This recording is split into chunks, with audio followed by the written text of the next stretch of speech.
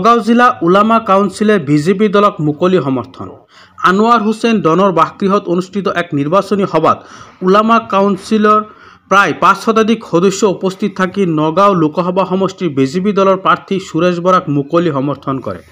উক্ত নিৰ্বাচনী সভাত লোকসভা সমষ্টিৰ বিজেপি দলৰ প্ৰাৰ্থী সুৰেশ বৰা লগতে বিধায়ক জিতু গোস্বামী, নগাঁও জিলাৰ বিজেপিৰ সভাপতি অভিজিৎ নাথ, বিশিষ্ট সমাজসেৱক আনোয়াৰ হুছেইন ডন আৰু নগাঁও জিলা উলেমা কাউন্সিলৰ সভাপতি ৰছিদুল হকৰ লগতে আন বহু গণ্যমান্য ব্যক্তি উপস্থিত থাকে। আনোয়াৰ হুছেইন ডনৰ উদ্যোগত আয়োজন কৰা এই সভাত বিজেপি দলক বিজয়ী হ'বলৈ দোৱা কৰে উলামাসকলে। ভাষণ প্ৰসংগত জিতু গোস্বামীয়ে কয়, বিজেপি বিজয়ী হ'লে সংবিধান সলনি কৰা হ'ব বুলি কংগ্ৰেছে যি প্ৰচাৰ চলাইছে সেয়া সম্পূৰ্ণ অপপ্ৰচাৰ। আলিম সমাজৰ দোৱা সুৰেশ বৰাৰ লগত আছে, গতিকে এইবাৰ সুৰেশ বৰাক কোনেও হৰুৱাব নোৱাৰে।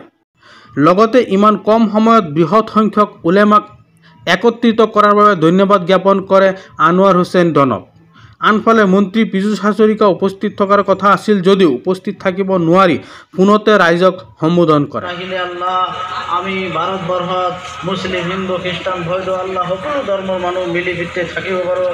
আল্লাহ ওই পাৰ্টিক তুমি জিকাই বহুবলক গুড়ক জিকাই দিয়া আল্লাহ। আল্লাহ আমাৰ সকলোৰ চেষ্টা প্ৰচেষ্টাক তুমি কামিয়াব কৰি দিয়া।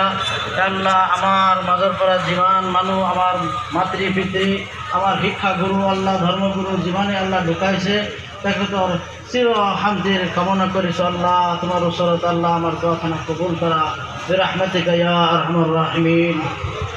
মই দেখিছোঁ ভাৰতবৰ্ষৰ প্ৰতিজন মানুহে ভাৰতবৰ্ষত এইবাৰ নৰেন্দ্ৰ মোদী ডাঙৰীয়াক সমৰ্থন কৰিছে আৰু আমি স্পেচিয়েলি নগাঁও লোকসভা সমষ্টিত প্ৰায় সংখ্যক জনসাধাৰণৰ সমৰ্থন এইবাৰ সংখ্যালঘু হওক সংখ্যাগুৰু হওক প্ৰত্যেকটো জেগাতে প্ৰায় সংখ্যক ৰাইজৰে এইবাৰ সমৰ্থন পাইছোঁ আৰু মই এটা কথা নিশ্চিত যে ৰাইজৰ উৎসাহ আৰু ৰাইজৰ সমৰ্থনে এইবাৰ নগাঁও লোকসভা সমষ্টিত পৰিৱৰ্তন আনিব আৰু সুৰেশ বৰা ডাঙৰীয়া এইবাৰ পুনৰ সাংসদ হিচাপে এইবাৰ দিল্লীলৈ যাব।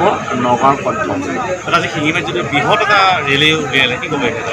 স্বাধীনতাৰ পাছত এইবাৰ চামগুৰি সমষ্টিত আজি ইতিহাস হৈছে। চামগুৰি সমষ্টিৰ হাজাৰ হাজাৰ ৰাইজ আজি ওলাই আহিছে। এইটো প্ৰতিচ্ছবি এইটোৱে দেখুৱাইছে যে চামগুৰি ৰাইজে পৰিৱৰ্তন বিচাৰিছে।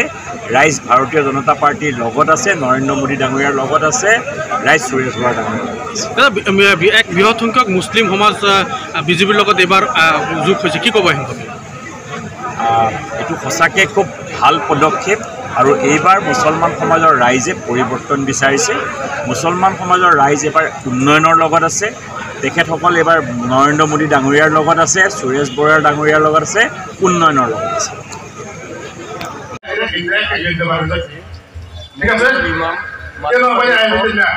এইখিনি মানুহ কাউন্সিলৰ সভাপতি আৰু মানুহখিনিক মাতিছে, মাতি পেলাই এটা মিটিং যোৱাৰ সেই যোৱাৰ আৰু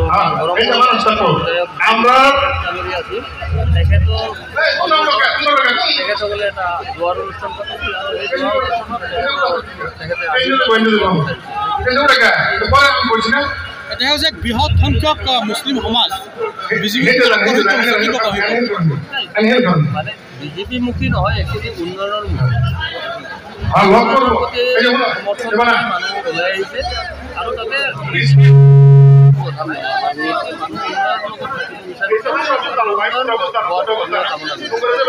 উন্নয়নৰ কাৰণে মুছলমান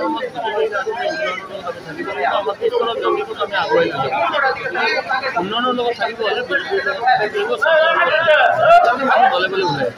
আজি উলামাৰ কিমান সংখ্যক উলামা আমি ওপৰত আছে 545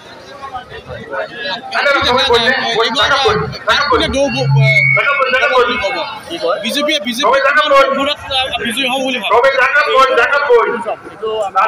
নোৱাৰি, কাৰণ ৰাইজৰ জনগণেই জনগণেই হ'ল